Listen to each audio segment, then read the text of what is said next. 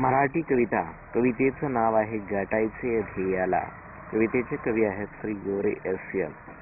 एकच मनाचे ते वेळ आज त्याच्या जीवाला, सांगते मनाला लढ गाठायचे ध्येयाला. ध्येयाला गाठताना करतात ते कसोटी सामर्थ्याची. पृथ्वीवर येताना घेतात अमरशी दोरी ध्येयाची. धावताना मार्गाने जातात संकटात चुकून कधी. फारून त्या वेडाने सोसतात कधी दुःख व्यथा कधी. चालताना वाटेने लागतात अनेक खाच खळगे.